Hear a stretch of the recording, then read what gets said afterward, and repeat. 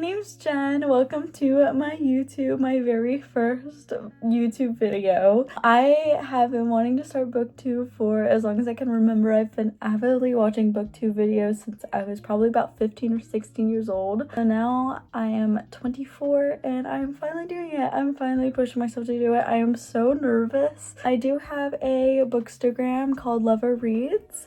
If you want to go follow it, and if you're coming from there, hello. Please bear with me. I'm very nervous, kind of shaking, but it's fine. For my first booktube video, I'm going to talk about my top 15 books of all time. Every single one of these books are 5 stars. These are books I would ride or die for, like crawl to the ends of the earth for, you know? I can't wait to get into these and talk about them. We're starting off strong with number 15, The Song of Achilles by Madeline Miller. Now, this is a retelling of the legend of Achilles and the Trojan War. This is action-packed from the get-go. It made me feel every single emotion ever. A love story that happens between Achilles and Patroclus, if I'm pronouncing that right.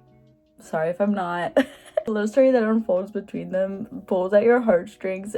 I swear I felt every single emotion reading this. When I finished this book, I literally stared at my ceiling for a good hour or two after I finished because I was just so speechless. I feel like if you're a fan of Greek mythology, if you like people like Hosier's music, I feel like you would really enjoy this. This is a debut novel from Madeline as well, so that's insane.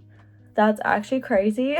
She just like came right out of the gate with this book. Like, that's actually insane. I devoured this. I loved it. I would love to go back and reread it. I haven't read it in quite a while, but I think about it a lot, so had to add it to my list. Number 14, How to Make Friends with the Dark by Kathleen Glasgow.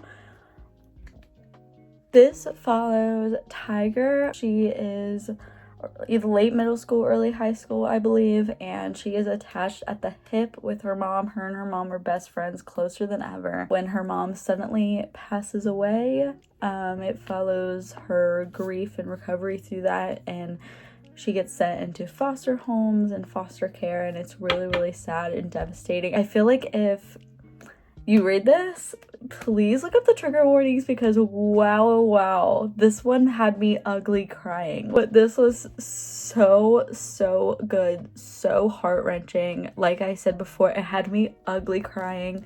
This is one of those books I think about so much. I think about this like once a month at minimum, like since I read it years ago.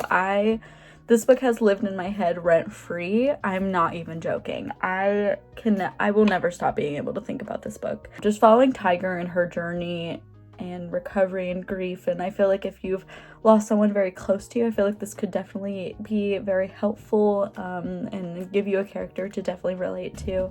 This one. Okay, so number 13 is Mary Jane by Jessica Ann Blau. This one, we follow Mary Jane in the 1970s, I believe. So she grows up in a very religious, privileged, rich home. That's the life she grows up with. It's the only life that she knows, that she thinks exists out there. She's only 14 until during the summer she starts babysitting for a family down the street in the same neighborhood she lives in, and this family is completely opposite from the family that she grew up in. They have cereal and takeout for dinner. They leave dishes in the sink for days on end. They're very liberal, very outspoken. They're very lovely. I love the family that she ends up babysitting for. And over the course of the summer that she babysits this little girl, she introduces the family to cleanliness, like a scheduled family dinner that they've never done before, while they also introduce her to like freedom and liberation and all this stuff that she never knew existed, and kind of opens her eyes and opens her worldview and kind of changes her view on a lot of things and what she wants to do when she gets older. Like watching her whole world open up to the beauty and wonder of everything. It was so beautiful to see and to read. Being in her mind the whole time was just, I love Mary Jane. I love her. I wanted to like hold her and protect her from everything bad in the world. I think this is a perfect book to read in the summertime. I don't really know if Jessica has any other works. I would really love to look it up and see, because I would really love to read more by her, because she was really, really good. So number 12 is none other than The Secret History by Donna Tartt. It follows a group of very pretentious students in an elitist New England college, and it's told in two parts. The first part that kind of led up to the events of one of the classmates dying, and then the second part, which is kind of like the aftermath of that, and all of it kind of spiraling out of control and unraveling. And it was just so good. I savored this. I underlined so much. I usually am not the type of person to annotate on my first read. I'm usually the type of person that will go back to reread something to then annotate it, because it kind of takes me out of the story if I annotate when I read it for the first time. I couldn't help it with this one. This one had some beautiful quotes. Donna Tartt really is a national treasure. This was just brilliant. I can't believe that she just like came up with this in her brain. Like, that's insane to me. To be able to come up with a story like this and to put it on paper is just... Number 11, Divine Rivals by Rebecca Ross, and this also includes Ruthless Vows. I'm kind of adding it in as number 11 as a whole. I ate this one up. I did. This was a book club book for my book club last year. One of the girls in my book club recommended it to us to read, and truly it changed my life. I owe her a lot for recommending this, because it became my entire personality. I think I read it in November, or maybe it was October of last year, and then read Ruthless Vows as soon as it came out, both of which I read in like 2 days each. This follows Iris and Roman, who are rivals at this newspaper company, I guess, that they work at. The world that they live in, there's a war going on between the gods, and Iris's brother is on the front lines, and she is also living at home with her mother, who is suffering from addiction. And to kind of cope with all of that, she takes out her typewriter and starts writing letters to her brother, and just kind of sticks it under her wardrobe, doesn't really send him out. But then she notices they start to disappear, and new letters return at the same spot and written by someone anonymous, and they start writing to each other, and they form this beautiful connection. The magical realism of this book is it's just so beautiful. But yeah, they just start writing letters to each other, and it is Roman writing back to her, but she does not realize that at first, obviously. It kind of follows that story, and the writing is so lyrical, so poetic. Reading both of these books made me also, kind of like Jessica, I want to start reading her other works. I own A River Enchanted, which I would really love to read. But yeah, this was stunning. Okay, we're finally getting into our top 10, with number 10 being Dark Matter by Blake Crouch. Oh my gosh, this one is incredibly hard to explain. I don't know how to explain this book, so I'm just gonna read you the synopsis, so please bear with me here. Are you happy with your life? Those are the last words Jason Desson hears before the mass abductor knocks him unconscious, before he awakens to find himself strapped to a gurney, surrounded by strangers in hazmat suits. Before a man Jason's never met smiles down at him and says, "Welcome back, my friend." In this world he's woken up to, Jason's life is not the one he knows. His wife is not his wife, his son was never born, and Jason is not an ordinary college physics professor, but a celebrated genius who has achieved something remarkable, something impossible. Is it this life or the other that's the dream? And even if the home he remembers is real, how can Jason possibly make it back to the family he loves? The answers lie in a journey more wondrous and horrifying than anything he could have ever imagined.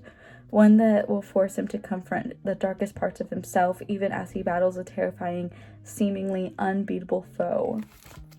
It basically kind of talks about the idea of the multiverse and how with every decision you could ever possibly make, there's a world that opens up that has the decision you didn't make, I guess. I've read this twice. It had me on the edge of my seat twice. It had me gasping for breath twice. This book is incredible. Like, this was one of the first books I think I've ever read in one sitting. The first time I read it, I read it in a night. I couldn't put it down. One of my old coworkers recommended it to me, and I was kind of hesitant at first because I had never read a sci-fi, and I don't know why I was hesitant, because this truly ended up being one of the best books I've ever read and kind of has set the bar for so much sci-fi. I don't think there's ever been a sci-fi that has lived up to this, and I don't think there ever will be, unfortunately. But yeah, this was so good. 5 stars for me all around. Number 9 is 11 Other Words by Christina Lauren. This one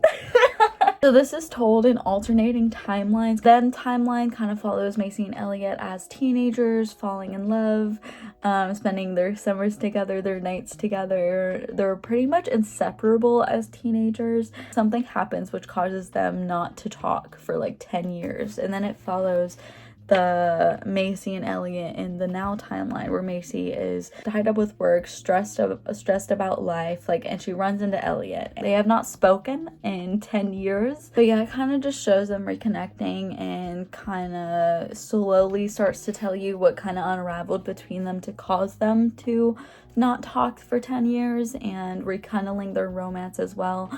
And let me just tell you, I am a sucker for second chance romance, and Macy and Elliot have my entire heart. They're soulmates, like truly my beloveds. One of my favorite romances ever. Christina Lauren really did something here. I love them and what they did.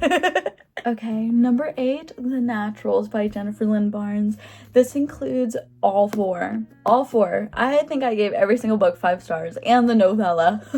So this follows Cassie, who is a natural at just reading people inside and out. She's a great profiler, but she doesn't really take it seriously at all until the FBI comes knocking at her door and is like, hey, so there's this classified group of teenagers that we're bringing together that have these special talents that are gonna try to help us solve cold cases, and I would love for you to join us.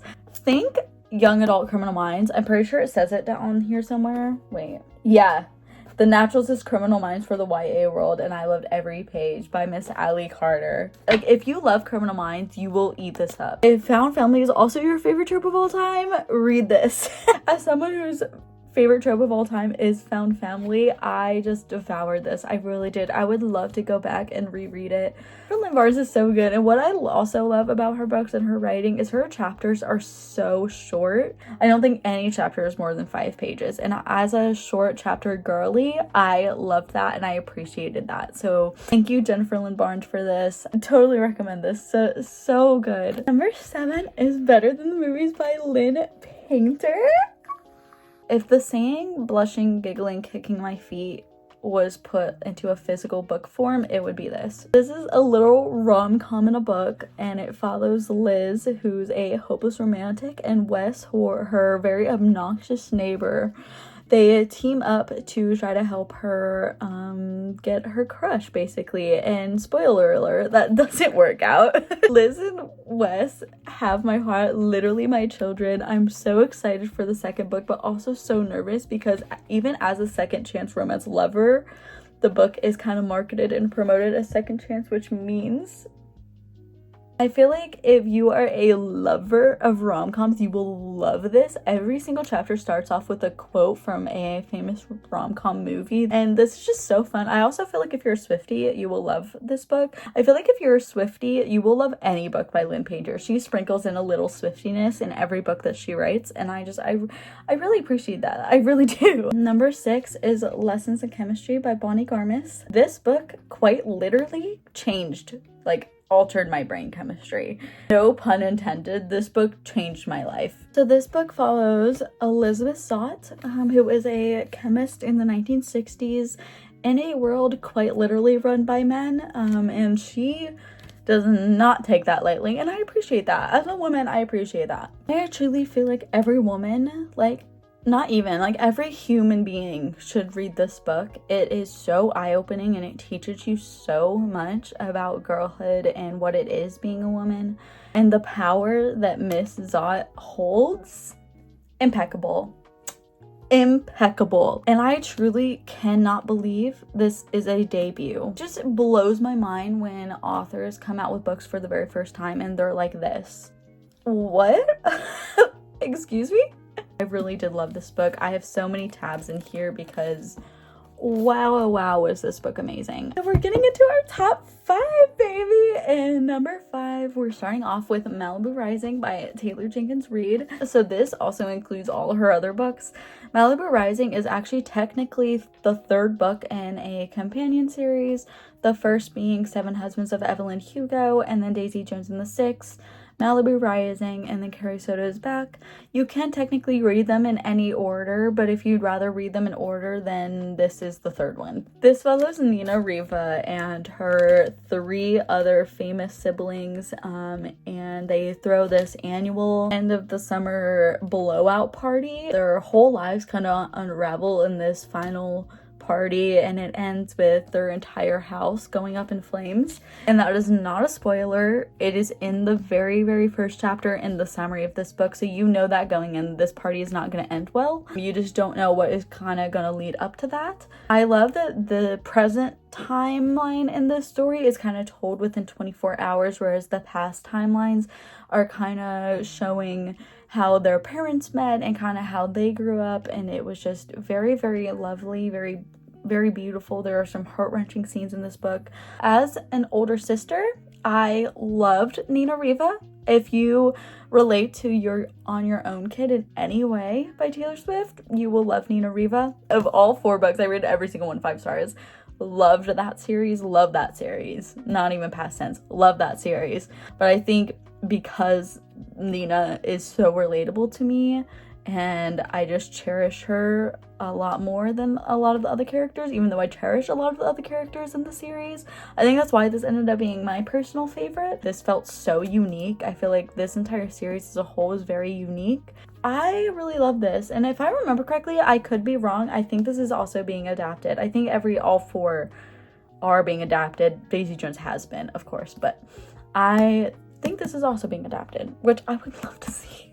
I have so many ideas of who could play Nina Riva, so I'm like, I just hope it's good. Like, because I love this book so much. I don't want anything bad to happen to it. You know what I mean? I love this. Taylor Jenkins Reid quite literally never misses. Okay, number 4 is Everything I Know About Love by Dolly Alderton. Dolly Alderton is a national treasure as well. I love her. I would love to read everything she's ever written. Although I didn't tab it, I did underline. I don't even know if you could see. I underlined like freaking crazy. I underlined so much, I basically underlined this entire book. I could probably flip to any page and there's underlines, like literally.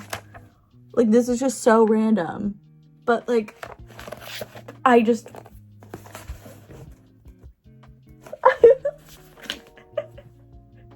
I read this year for the first time, and it's always recommended as like books to read in your 20s, and I cannot agree more. This was a great book to read as a 24-year-old woman. Within it, she kind of vividly recounts like her times falling in love, her times falling out of love, getting her heart broken, getting a little too drunk for her own good.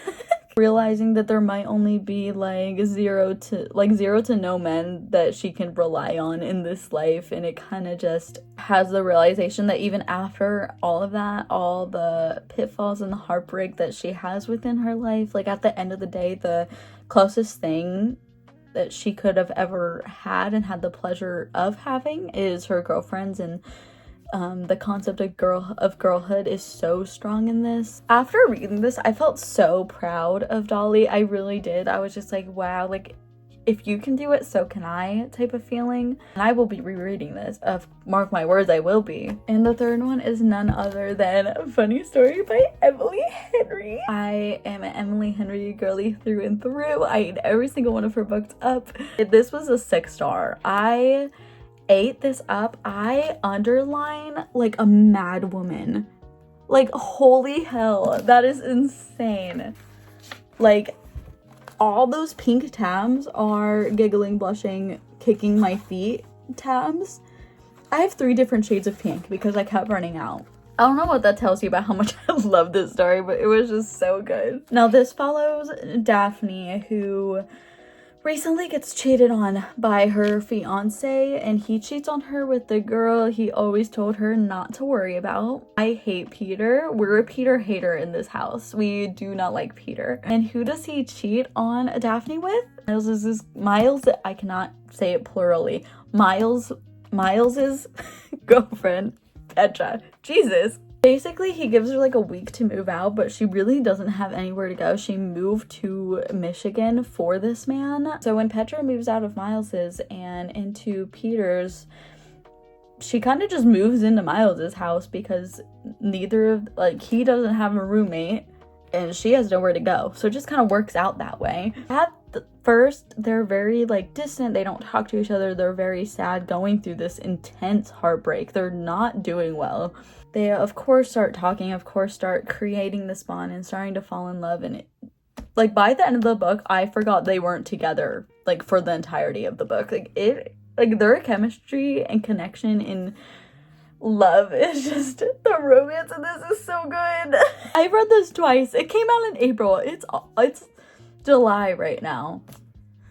I can't stop thinking about this. I don't know what it is. I need this tattooed on my forehead. It was so good. I think what I love most about this is when they first meet, they're their worst selves when they meet each other. And they still fall in love and they still grow this fondness for each other. And I just really, really loved that. Like meeting at their lowest and becoming their happiest with each other. And it's also being turned into a movie and Emily Henry is writing the script. Are you kidding me? Like luck is on my side. I am so excited. Like that's like a reason for me to stay alive, is to eventually see this movie. Okay, now that we're done with that, we're going to talk about my second favorite book of all time, number 2, if you will, and that is The Perks of Being a Wallflower by Stephen Chbosky. This one is actually told in such a unique way. It follows Charlie, who is at his first year of high school as a freshman, and he meets this group of seniors who kind of bring him out of his shell and open up his world a little bit, and it kind of follows that through his entire year of being a freshman. And it is actually told in a series of letters that Charlie writes out on his typewriter, as if he's writing letters to the reader, letting them know what's kind of going on in his life. It's a very coming of age story. I read this at the same age as Charlie, as a 15-year-old girl, and I read this in a time where I needed it the absolute most, and I've reread it probably every year since. This book is actually at its wit's end. I have tabbed and highlighted this to absolute hell. Even on the top, it's actually like falling apart. Like it's just like this is something I will hold with me for the rest of my life. The movie is also one of my favorites of all time. Top 5 for sure. Loved the movie. It did the book such justice. This book truly impacted me in ways I didn't realize was possible. So I love this one. I think I've said that about every single one. I love all of these. Of course, I've rated every single one 5 stars. This is such a 6-star book for me though. Like I will hold this with me for the rest of my life. Like I want to be buried next to this book, truly. And last but certainly not least, number 1 being Little Women by Louisa May Alcott. Now this follows 4 sisters, the March sisters, who are all so completely different from one another. Meg being kind of like the grown-up mature one, Jo being the tomboy, Beth being the very shy, timid music lover, and then Amy being the very rambunctious and loud art lover. And with their father at war and their mother kind of out working to support and provide for the family, they're kind of left to confide in each other and grow with one another. It follows them through their adolescence all the way to their adulthood, and it's just so wonderful. I think I read the Great Illustrated Classic edition when I was like 10 or 11 in my school library. I think I've kind of loved it ever since. I loved the movies, the 2019 one in specific being my favorite adaptation so far. I'm sure there'll be more, but so far that is my favorite adaptation. The casting is exactly how I picture all of the sisters whenever I read it. Getting a glimpse into Louisa May Alcott's real life is also just so captivating. I don't even know what the right word is. But getting that little glimpse is just like everything to me. I love the history behind this book as well, and it aged so gracefully. I feel like it's still one of the easiest, one of the easier classics to read. The writing isn't that hard to digest, it's very readable. But yeah, this is truly one of the most beautiful stories I think I've ever read, and I think I will ever read. I will ever have the pleasure of reading. So thank you, Louise B. Alcott. Truly. If you stayed this long, thank you so much for coming here, being a part of my first YouTube video. If you have any other ideas for me that you would like for me to do, just comment them below. And if you're still here, comment a little strawberry emoji. I'll put my bookstagram down below, so you can go follow that if you'd like. I think I'll just try to post every Sunday, every other Sunday, and kind of stay consistent that way. In that case, I will see you next Sunday.